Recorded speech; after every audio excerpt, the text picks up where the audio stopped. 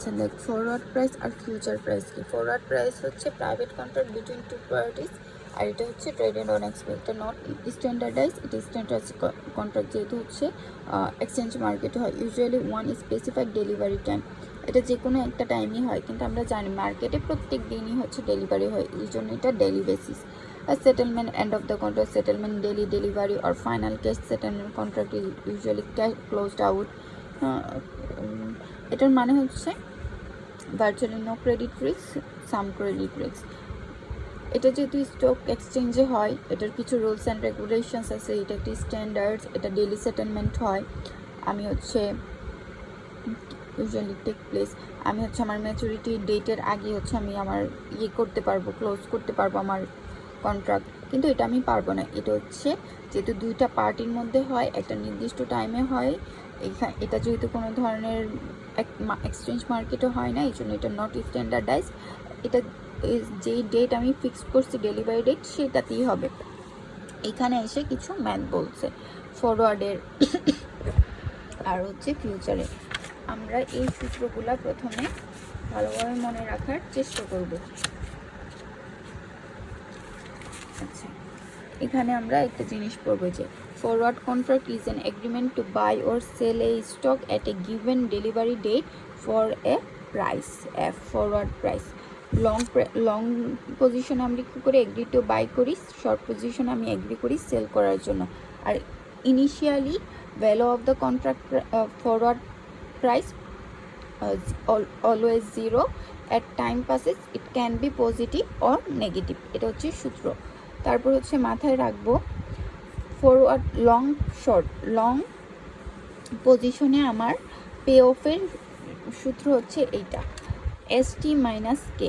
তার মানে যদি আমার এসটি ফিউচারের এসটি মানে তো জানি যে 6 মাস পর ফরওয়ার্ড প্রাইসে, তো 3 মাস পর ফরওয়ার্ড প্রাইসে, তো এরকম একটা ডেট অ্যামাউন্ট বলা থাকে বা আমরা ধরে নিতে পারি।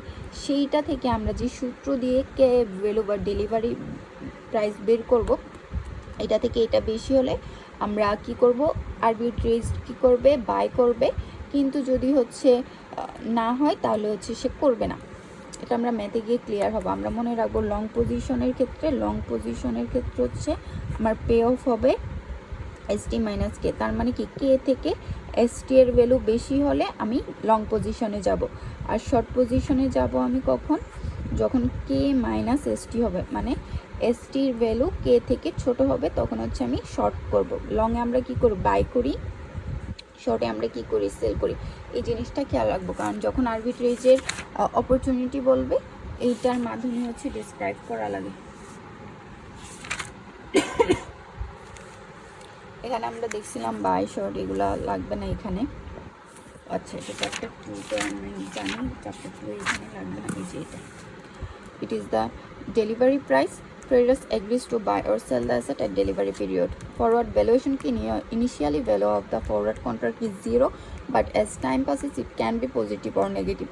This is referred marking to market the contract. তিনটা অ্যাপ্রোচ আছে ফরওয়ার্ড প্রাইস বের করার জন্য, নো ইনকাম, নন ইল্ড। প্রথমে হচ্ছে আমরা এখানে সূত্রগুলো না দেখে আরেকটা জায়গায় সূত্রগুলো লিখলাম। এই যে এখানে সূত্রগুলো দেখব। ফিউচার প্রাইস যদি হয়, সবসময় ফিউচার বা ফরওয়ার্ড প্রাইসে হলে আমরা হচ্ছে এইভাবে বের করব।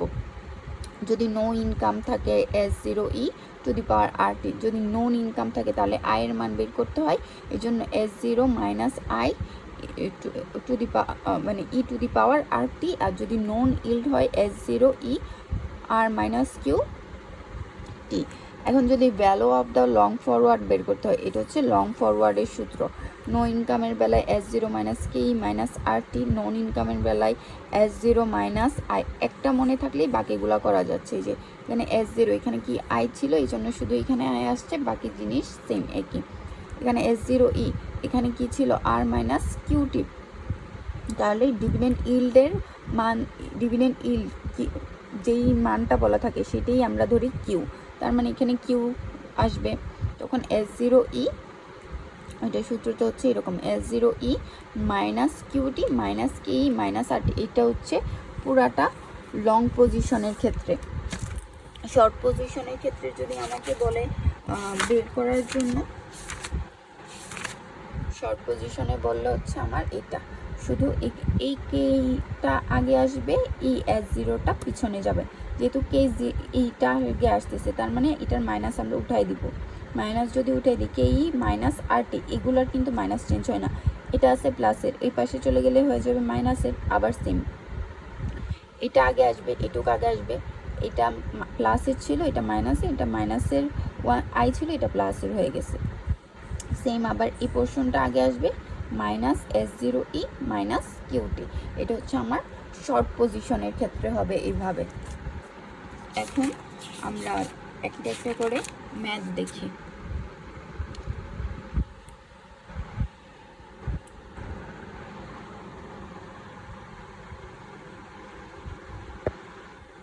ম্যাথে কি বলছে, প্রথমটাতে বলছে what is the difference between the forward and forward price and the value of a forward price. এটা তো থিওরি, যেটা প্রথমেই বললাম। Suppose that you enter into a 6 month forward contract on a non dividend. Non dividend মানে হচ্ছে no ইনকামের সূত্র। যখন নন ডিভিডেন্ড হবে তার মানে আমার নো ইনকামের সূত্র পড়বে। Paying stock when the stock price is S0 and the risk-free interest rate with continuous compound। এখানে যে রিস্ক ফ্রি ইন্টারেস্ট রেটটা থাকবে এটা অবশ্যই কন্টিনিউয়াস কম্পাউন্ডিংয়ে হতে হবে। যদি কন্টিনিউয়াস কম্পাউন্ডে না থাকে, আমরা দেখছি হচ্ছে RC এর মাধ্যমে আমরা কন্টিনিউয়াস কম্পাউন্ড বের করতে পারি চ্যাপ্টার 4 এর সূত্র দ্বারা। Per percent risk free interest rate হচ্ছে per percent what is the forward price. তাহলে আমার এখানে এই সূত্রটা পড়বে S0E RT। তখন আমরা এই সূত্রটা লিখলাম, S0 কত 30, আর কত 0.05, আর যেহেতু টি হচ্ছে 6 মাস, এই জন্য 6/12 আমাদের 1 বছর লাগে। এটা গুণ করলে আমরা যেটা পাইছি সেটি হচ্ছে ফরওয়ার্ড প্রাইস। আচ্ছা, তারপর হচ্ছে এই stock index currently stands at 350, the risk free interest rate is 4% per annum with continuous compounding and dividend yield. Dividend yield মানে হচ্ছে আমার q, 3% per annum. What is the future price for a 4 month contract. Future price চাইছে, তাহলে future প্রাইসের dividend yield মানে নন ইল্ডের সূত্র কি, S0E R minus QT। তখন হচ্ছে এই যে S0E R minus QT, S0 এর মান কত 350, আর এর মান এটা, কিউ এর মান এটা, T এর মান এটা। মান বসাইলাম শুধু, এটার হচ্ছে মানটা পাইলাম। তারপর এই যে ফরওয়ার্ড প্রাইস পাইছি।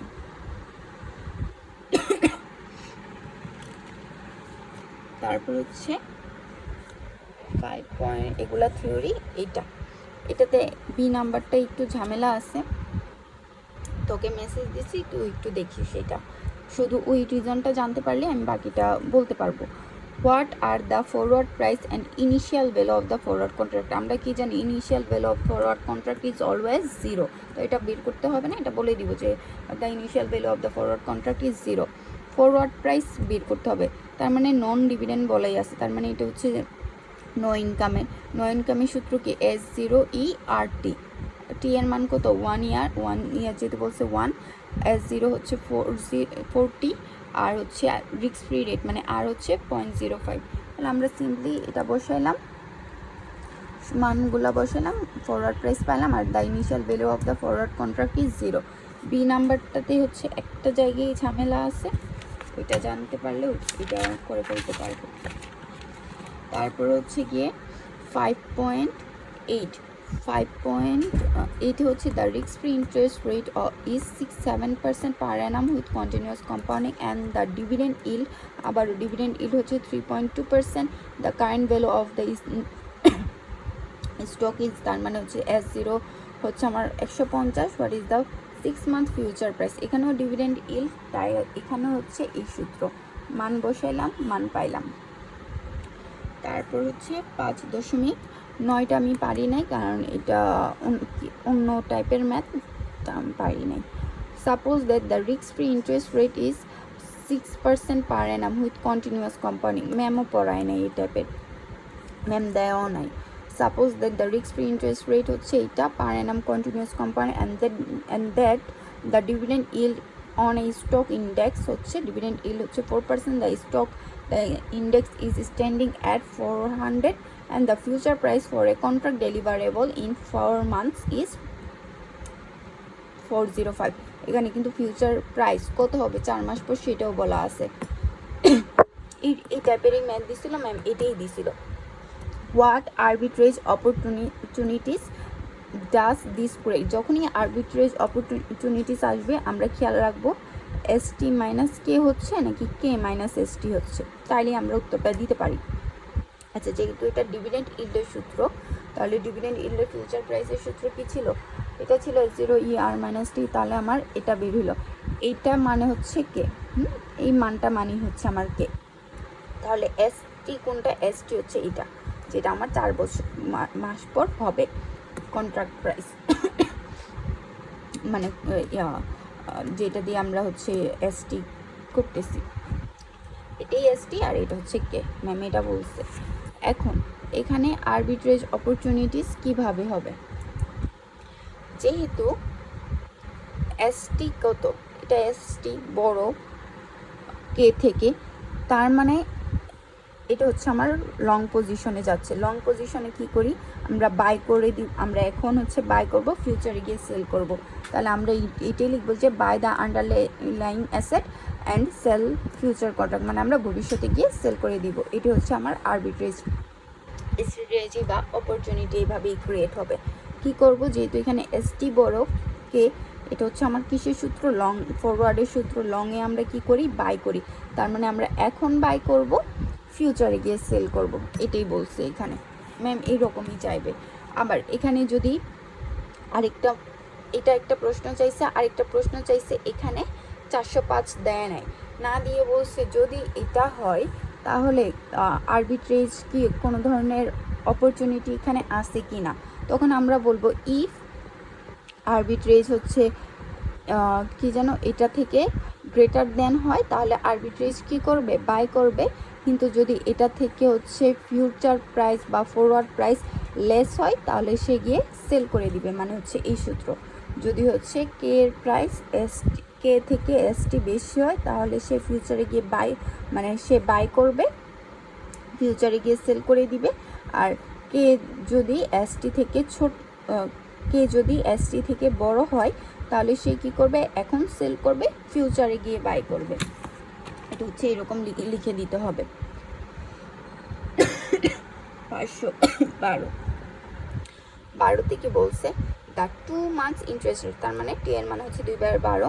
Switzerland and the US states are respective 1% and 2% per annum with continuous compounding. The spot price of the Swiss franc is 1.05. The future price for a contract delivery 2 months, মানে 2 মাস পর futures contract price কত হচ্ছে? 1.05. What arbitrage opportunities does create? তো এখানেও হচ্ছে আমরা কি বের করতে পারি? এখানে হচ্ছে আমরা ফিউচার প্রাইস বের করব। ফিউচার প্রাইসের সূত্র কি? এখানে এটা কত নাম্বার? 12 না? ফিউচার প্রাইসের সূত্র হচ্ছে S0, এখানে না আর মাইনাস কিউ না, এইরকম হলে, যদি এরকম দুইটা কারেন্সি থাকে, আমরা কি করব? একটা কারেন্সি থেকে আরেকটা কারেন্সি বাদ দিব। আমরা কিসে চাইতেছি? হচ্ছে ডলারে না? তাহলে যেহেতু এই মানটা ডলারে দেওয়া আছে, তাহলে এখানে ইউনাইটেড স্টেটসেরই তো ডলারে হয়। তাহলে আমরা কি করব? আগে 8.2টা নিব, তারপর হচ্ছে 0.1টা নিব। এখানে এই সূত্রটা ইগনোর করারই চেষ্টা করব, শুধু হচ্ছে মানগুলো বসাই দেবো। এই যে এখানে হচ্ছে ইউএসএরটা নিলাম, এখানে হচ্ছে সুইজারল্যান্ডটা নিলাম, এটা হচ্ছে টি এর মানটা বের করলাম, এটা হচ্ছে আমার কে। এখন বলছে এখানে যদি 2 বছর পর ফিউচার কন্ট্রাক্ট প্রাইস $1.05 হয়, তার মানে আচ্ছা এখনও S0 এটা, আবার 2 বছর পর এটাই হবে। আর আমার কে এর মান কত বেরিয়েছে? 518, তার মানে কে এর মান বেশি এসটি থেকে, তাই না? তাহলে আমরা কি করব? এখন সেল করে দিব। Sell the Swiss francs for US dollar and buy Swiss francs in the future price, মানে আমি এখন সেল করব, ফিউচারে গিয়ে বাই করব। তারপর হচ্ছে এগুলো হচ্ছে গিয়ে সব থিওরিটিক্যাল জিনিস।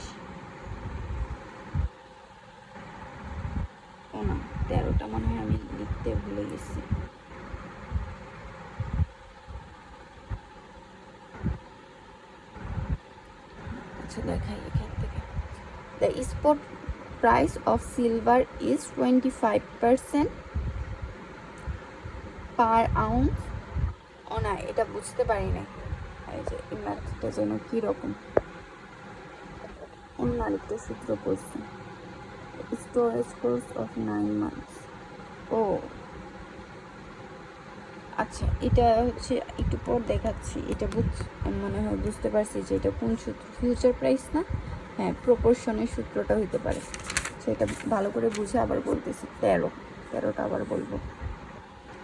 তারপর হচ্ছে 23 কি বলছে যে এন ইন্ডেক্স ইস 1200, এটাও পারি নাই, 2200 পারি নাই।